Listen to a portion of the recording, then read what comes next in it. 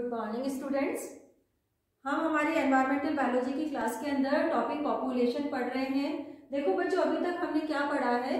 हमने पढ़ा कि पॉपुलेशन, किसी भी जीव की पॉपुलेशन जो है वो कंप्लीटली इंक्रीज होने के बाद में एक इक्विलिब्रियम लेवल पर आकर स्टैब्लिश्ड हो जाती है, एक साम्य अवस्था पर आकर स्थिर हो जाती है। ओके, अभी तक हमने यही पढ़ा, एक इक्विलिब्रियम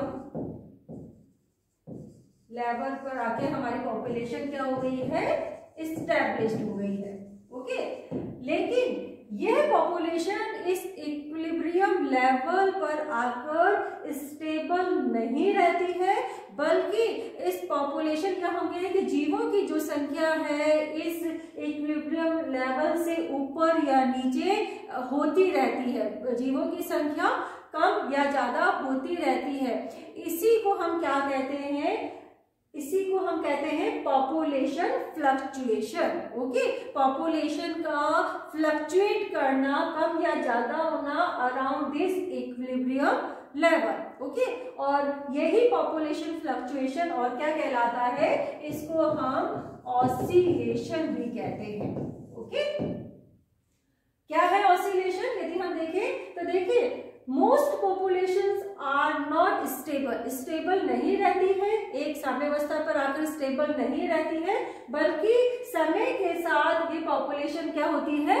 फ्लक्चुएट करती है। ओके, पॉपुलेशन के अंदर जीवों की संख्या जो है ओवर टाइम घटती या बढ़ती रहती है। इसको हम दूसरी तरीके से भी समझ सकते हैं। Typically population don't just reach a carrying capacity and stay there, instead they fluctuate. जो हमने कल पढ़ा था कि हमने पढ़ा था लॉजिस्टिक ग्रोथ फॉर्म के अंदर कि कैरिंग कैपेसिटी तक आके किसी पॉपुलेशन के अंदर जीवों की संख्या बढ़ती है। ओके, और कैरिंग कैपेसिटी से जैसे ही ज्यादा होने लगती है तो जीवों की संख्या जो है वो घटने लगती है। क्यों? क्योंकि कैरिंग कैपेसिटी क्या है? कैरिंग कैपेसिटी जो एनवायरमेंट की जो है उस पॉपुलेशन डेंसिटी को धारण करने की क्षमता है। ओके, इस क्षमता से अधिक यदि डेंसिटी बढ़ रही है तो ऑटोमेटिक वो डेंसिटी जो है धीरे धीरे डिक्रीज होगी।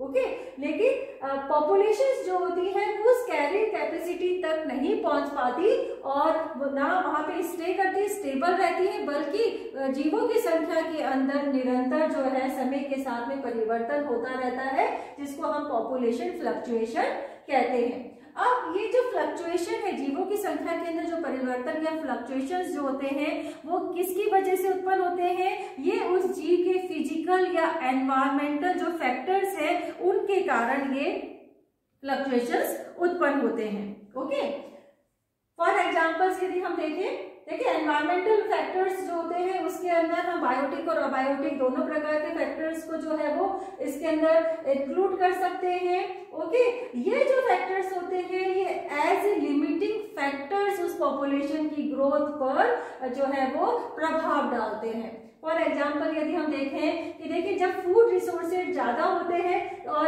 एनवायरमेंटल कंडीशंस फेवरेबल होती है तो ऐसे कंडीशंस के अंदर क्या होता है? पॉपुलेशन जो होती है वो ग्रो करती है। और यदि हम दूसरी तरह से देखें, यदि प्रीडेशन स्ट्रॉन्ग है, यदि परभक्षण, किसी जंतु का परभक्षी यदि ज्यादा है तो ऐसी कंडीशंस के अंदर क्या होता है? पॉपुलेशन जो है वो डेप्लीटेड या कम होना शुरू कर देती है। तो ये कुछ वेरियस फिजिकल और एनवायरमेंटल फैक्टर्स होते हैं जो कि कंबाइंड फॉर्म के अंदर उस पॉपुलेशन की साइज को या पॉपुलेशन की ग्रोथ को जो है वो कम करने का काम करते हैं। Okay, in a few species, for example such as snowshoe hares, lemmings, arctic foxes, इनके अंदर क्या होता है? पॉपुलेशन शो एक regular cycles of increase and decrease spanning a number of years. देखिए यदि हम पॉपुलेशन फ्लक्चुएशंस की बात करें तो पॉपुलेशन फ्लक्चुएशन जो होता है वो दो प्रकार से हो सकता है। ओके, कौन कौन से प्रकार? एक प्रकार होता है that is seasonal fluctuation. Okay, seasonal fluctuation जो कि सीजन्स के अकॉर्डिंग होता है। ये नेचर के अंदर ये देखें तो सीजनल जो फ्लक्चुएशंस होते हैं, इस प्रकार के सीजनल चेंजेस होते हैं इरेगुलर्स होते हैं और एक कोई डेफिनेट पैटर्न ये सीजनल फ्लक्चुएशंस का नहीं होता है। और इस प्रकार के जो फ्लक्चुएशंस होते हैं वो बेसिकली जंतु के एनवायरमेंट या उसकी अडेप्टेशंस या उसकी लाइफ साइकिल से जो है वो रिलेटेड होते हैं। ओके, फॉर एग्जाम्पल यदि सीजनल फ्लक्चुएशंस की हम बात करें तो रेनी सीजन्स के अंदर आप लोगों ने देखा होगा मॉस्किटो की संख्या जो होती है वो बहुत ज्यादा बढ़ जाती है, या ग्रासेस जो होती हैं उनकी संख्या बढ़ जाती है। ओके, समर्स के अंदर हम देखते हैं कि फ्लाई जो हमारी मक्खियां होती है वो अबंडेंट हो जाती है, बहुत अधिक संख्या के अंदर हो जाती है। और फ्रेश वाटर रिजर्वर्स में देखें तो पर्टिकुलर जो है वर्ष के अंदर उनके अंदर फाइटोप्लैंक्टन्स की संख्या बढ़ जाती है। ओके, तो इस प्रकार की जो ये फ्लक्चुएशंस होते हैं इनको हम सीजनल फ्लक्चुएशंस कहते हैं। ओके, और ये सीजनल फ्लक्चुएशंस बेसिकली जो है सीजनल चेंजेस जो एनवायरनमेंट के अंदर हो रहे हैं उसकी वजह से उत्पन्न होते हैं। फॉर एग्जाम्पल इस प्रकार का इरेगुलर फ्लक्चुएशंस जो है वो हेरोन्स के अंदर देखने को मिला इन ग्रेट ब्रिटेन। देखिए ग्रेट ब्रिटेन के 2 एरियाज के अंदर जब हेरोन्स की स्टडी करी गई तो सीजन्स के अकॉर्डिंग जब वहां पे सीवियर विंटर कौन कौन से ईयर्स के अंदर in 1940 to 42 and 45 to 47 year and 62 to 63 in years के अंदर जो है हेरोन्स की जब स्टडी करी गई ब्रिटेन के अंदर, ब्रिटेन के 2 एरियाज के अंदर इनकी स्टडी करने पे देखा कि इन सालों के अंदर जब वहां पे सीवियर विंटर था तो इन पीरियड्स के दौरान जो है वहां पर हेरोन्स के अंदर मॉर्टेलिटी सबसे ज्यादा देखने को मिली। उनकी मॉर्टेलिटी रेट जो है वहां पे इन सीजन्स के अंदर बहुत ज्यादा थी। ओके, तो इस प्रकार के फ्लक्चुएशन जो कि सीजन्स के अकॉर्डिंग होते हैं उन्हें हम सीजनल फ्लक्चुएशन कहते हैं। ओके, दूसरे प्रकार का जो fluctuation that is annual fluctuation. Okay, वो कौन से फ्लक्चुएशंस होते हैं? That is annual fluctuation.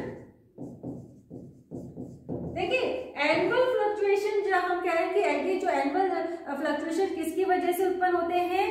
These fluctuations occur because of the annual changes in the environment. जीवों की जो environment है उसके अंदर जो वार्षिक रूप से जो annual changes उनके अंदर उत्पन्न होते हैं उसकी वजह से annual fluctuations देखने को मिलते हैं। और बेसिकली ये जो annual fluctuations होते हैं बच्चों वो 2 कारकों के द्वारा प्रभावित होते हैं। कौन कौन से? First is the extrinsic factors.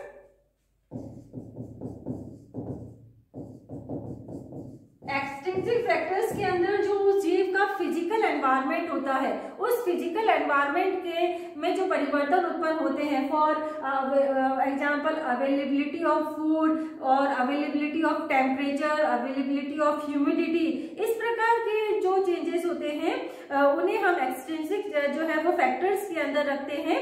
Okay, और दूसरा होता है intrinsic factor. Okay, intrinsic factor जिसके अंदर जो है मुख्य रूप से हम जो हमारे इस प्रकार के चेंजेस जो कि बायोटिक जो है वो कॉज के द्वारा होते हैं। ओके, वो हम इंट्रिंसिक फैक्टर्स के अंतर्गत रखते हैं। तो इस प्रकार से हम कह सकते हैं। और ये जो इंट्रिंसिक फैक्टर्स जो होते हैं जो कि जंतु के जो बायोटिक एनवायरनमेंट है उसके प्रभाव के अनुसार उत्पन्न होते हैं। फॉर एग्जांपल इस प्रकार के जो इंट्रिंसिक फैक्टर से रिलेटेड जो फ्लक्चुएशंस होते हैं, ये फ्लक्चुएशंस यदि हम देखें तो ये फ्लक्चुएशंस एक रेगुलर पैटर्न के अंदर जंतु के अंदर देखने को मिलते हैं, या हम कहें कि साइक्लिक पैटर्न के अंदर देखने को मिलते हैं। फॉर एग्जाम्पल यदि हम फ्रॉग की बात करें तो फ्रॉग के अंदर क्या होता है, जब उनके अंदर कायांतरण का प्रोसेस होता है तो उस पर्टिकुलर टाइम पीरियड के अंदर उनकी जो पॉपुलेशन होती है वो कम हो जाती है। ओके, तो इस प्रकार के कुछ जंतुओं के जो बायोटिक फैक्टर्स होते हैं उनके इन्फ्लुएंस के दौरान उत्पन्न फ्लक्चुएशंस एनुअल फ्लक्चुएशंस के अंतर्गत रखे जाते हैं। ओके, देखिए एनवायरनमेंट के अंदर कुछ जीवों के अंदर देखा गया कि उनके अंदर एक साइक्लिक पैटर्न के अकॉर्डिंग जो है वो पॉपुलेशन फ्लक्चुएट करती है। साइक्लिक पैटर्न किसके हिसाब से कि एक टाइम पीरियड के अंदर उनकी पॉपुलेशन जो होती है वो बहुत ज्यादा ग्रो करती है और कुछ समय पश्चात उनकी जो पॉपुलेशन है वो डिक्रीज हो जाती है। ओके, और फिर कुछ समय पश्चात कुछ सालों के बाद में उनकी पॉपुलेशन फिर इंक्रीज होती है और इस प्रकार से एक रेगुलर इंटरवल्स के रूप में, एक साइक्लिक पैटर्न्स के रूप में उनकी जो है पॉपुलेशन जो होती है अप एंड डाउन होती रहती है। इस प्रकार का जो पैटर्न होता है बच्चों, उसको हम क्या कहते हैं, that is known as the population cycle. Okay, जो हम इसके अंदर देखने को मिल रहे हैं, जो हमने बात करी है स्नो शू हेयर्स की, कैनेडियन लिंक्स, आर्टिक फॉक्स, ये जो पॉपुलेशन फ्लक्चुएशन दिखाती है वो किस रूप में होता है, एक रेगुलर साइकिल्स के रूप में इनका जो है वो पैटर्न होता है फ्लक्चुएशंस का। ओके, इसके बारे में हम अभी डिस्कस करेंगे।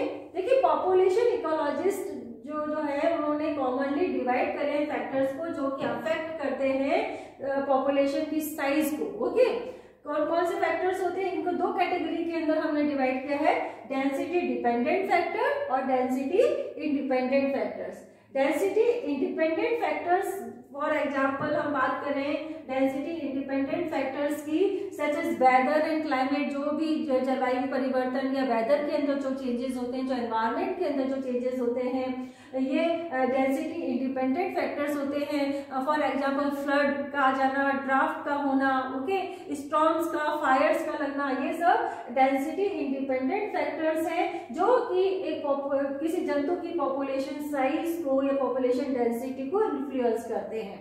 ओके, और इन कॉन्ट्रास्ट देखें तो density dependent factors intensify as the population increases in size.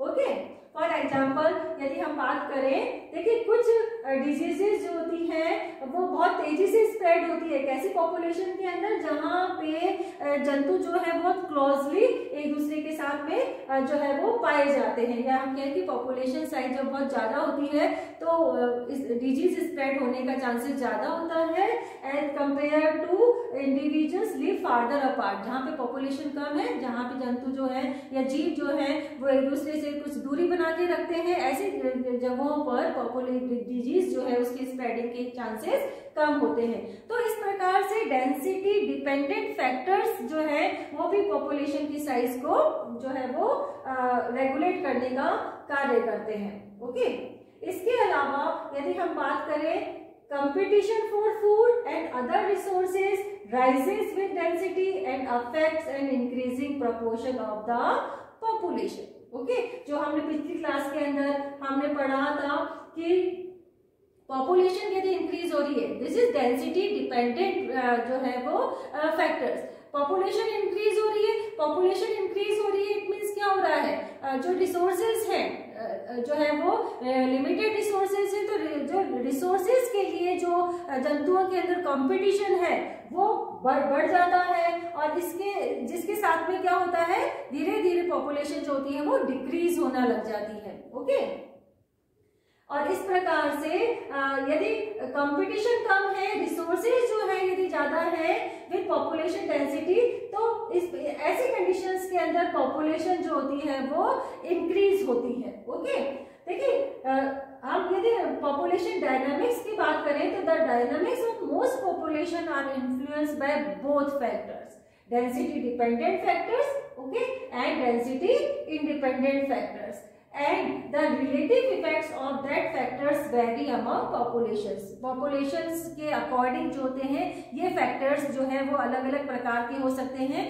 लेकिन दोनों ही प्रकार के फैक्टर्स कंबाइंड फॉर्म के अंदर पॉपुलेशन की डेंसिटी को प्रभावित करते हैं। ओके, इनमें से जो डेंसिटी इंडिपेंडेंट फैक्टर्स होते हैं बच्चों, उनको बेसिकली हम लिमिटिंग फैक्टर्स कहते हैं। For example temperature, humidity, light, storms, fire, flood, draft, ये सारी जो कंडीशंस होती है एनवायरमेंटल कंडीशंस, इनमें उत्पन्न जो परिवर्तन होते हैं, ये फैक्टर्स जो होते हैं वो एज ए लिमिटिंग फैक्टर्स कहलाते हैं।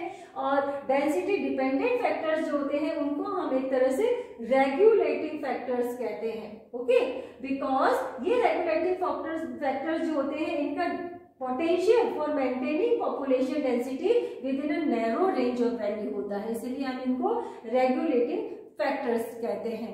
डेंसिटी डिपेंडेंट फैक्टर्स की यदि हमने बात करी, दैट इज कल हम बात कर रहे थे कैरिंग कैपेसिटी का।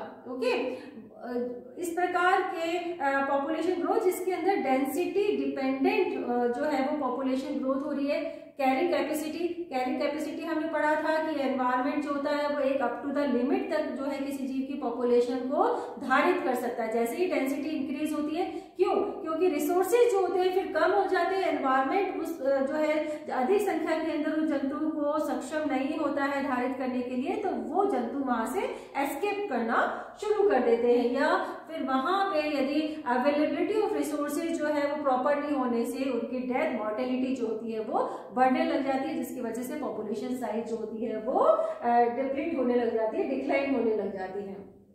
ओके, यदि हम देखें तो many density dependent and density independent limiting factors can and usually do interact to produce the pattern of change we see in population.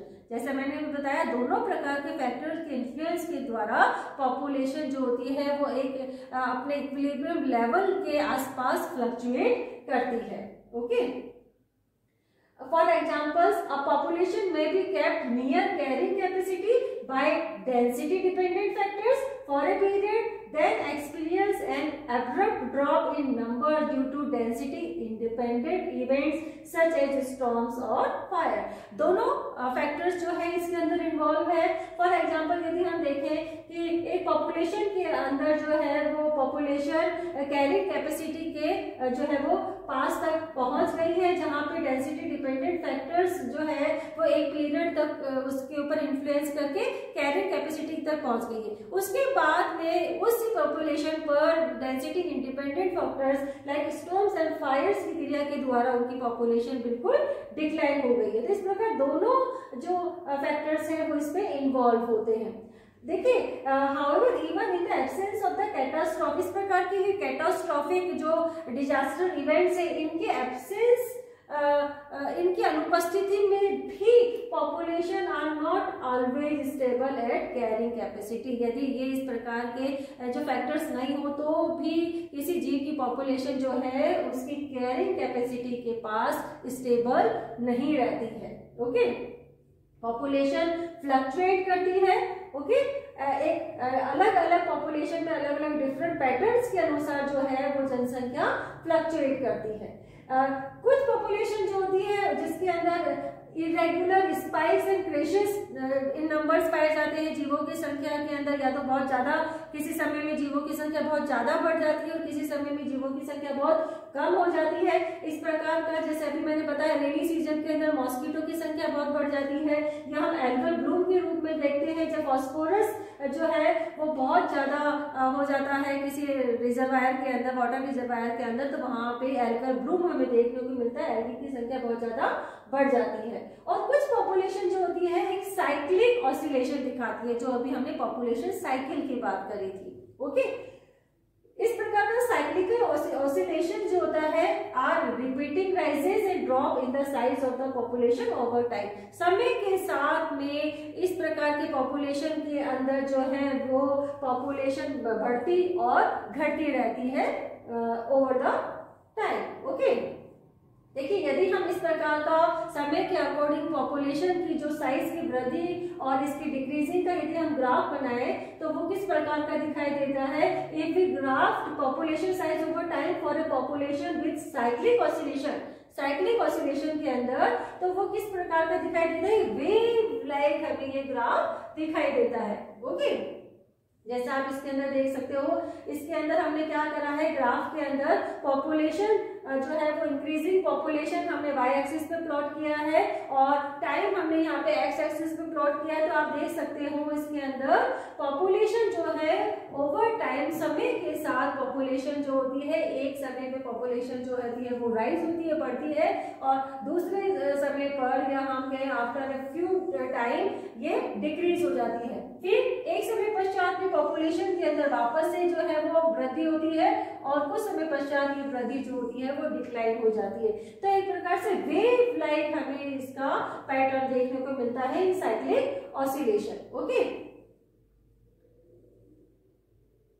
देखिए, many population over time exhibits period of growth and decline.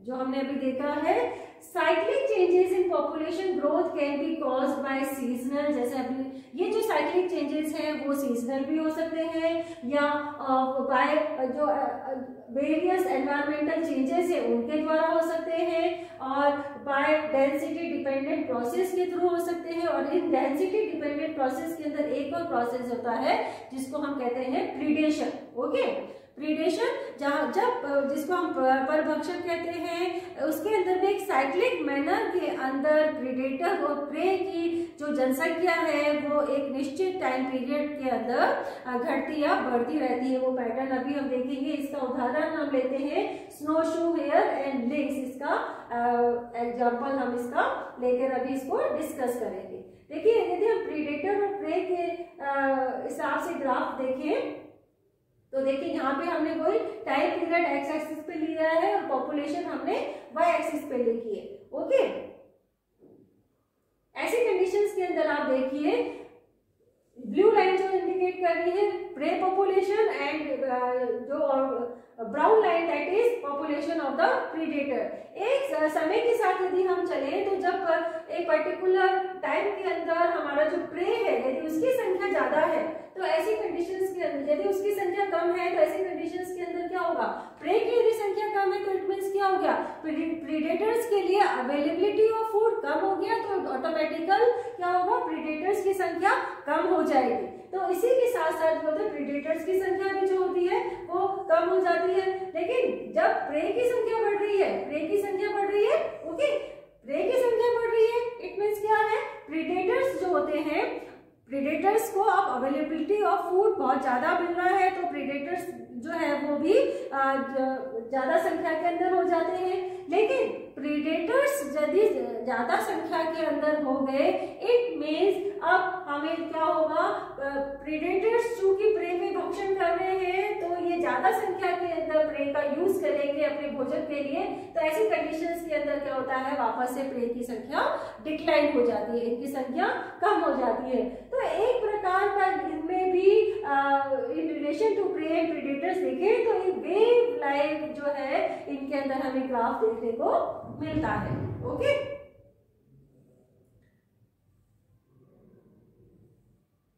For example हमने इसका links and hairs हम देखें, ये this is the famous example of this type predator pray interactions, जिसके अंदर हम Canada के अंदर जो हमारे लिंक्स जो प्रीडेटर है और स्नो शू हेयर जिसका प्रे होता है। देखिए एल्टन ने 1924 ऑब्जर्व किया था कि snowshoe hare and lynx population in Canadian boreal forest fluctuated over time in a very regular cycle. इन दोनों जंतुओं की जो पॉपुलेशन होती है वो समय के साथ एक रेगुलर साइकिल के रूप में फ्लक्चुएट होती है। किस प्रकार से, देखिए हम देखें इसके अंदर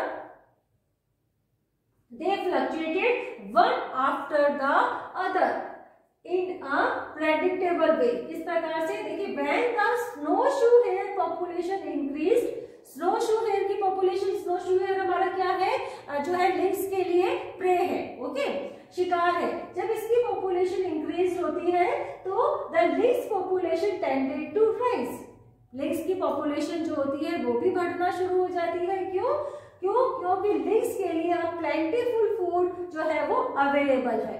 ओके, लिंक्स की पॉपुलेशन बढ़ी, लिंक्स की पॉपुलेशन बढ़ी, अब क्या होगा, जब लिंक्स की पॉपुलेशन बढ़ गई है, this is the lynx, okay, this is our predator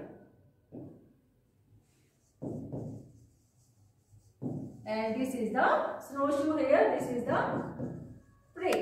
Okay, prey की संख्या जब बढ़ रही है, राइज हो रही है, इनकी पॉपुलेशन राइज हो रही है तो ऑटोमेटिकली लिंक्स के लिए क्या हो रहा है, फूड की अवेलेबिलिटी ज्यादा होने से इनकी पॉपुलेशन भी जो होती है वो बढ़ना शुरू हो जाती है। ओके, लेकिन जब लिंक्स की संख्या जो होती है वो इंक्रीज होती है तो ऐसी कंडीशंस के अंदर क्या होता है, लिंक्स की संख्या ज्यादा होने से अब चूंकि इनका प्रे क्या है, स्नोशू हेयर है, तो ये ज्यादा स्नोशू जो है वो उसका भक्षण करते हैं।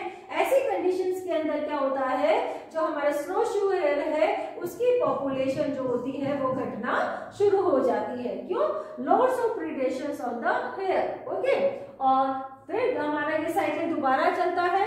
जब स्नो शू हेयर की पॉपुलेशन, देखिए जब इसकी पॉपुलेशन घटना शुरू हो गई, यहाँ पे स्नो शू हेयर कम हो गए, स्नो शू हेयर कम हो गए, it means availability of food for links जो है वो कम हो गया, जिसकी वजह से लिंक्स की संख्या धीरे धीरे इनकी पॉपुलेशन डिक्रीज होने लग जाती है, इनके अंदर मृत्यु दर जो होती है वो बढ़ने लग जाती है।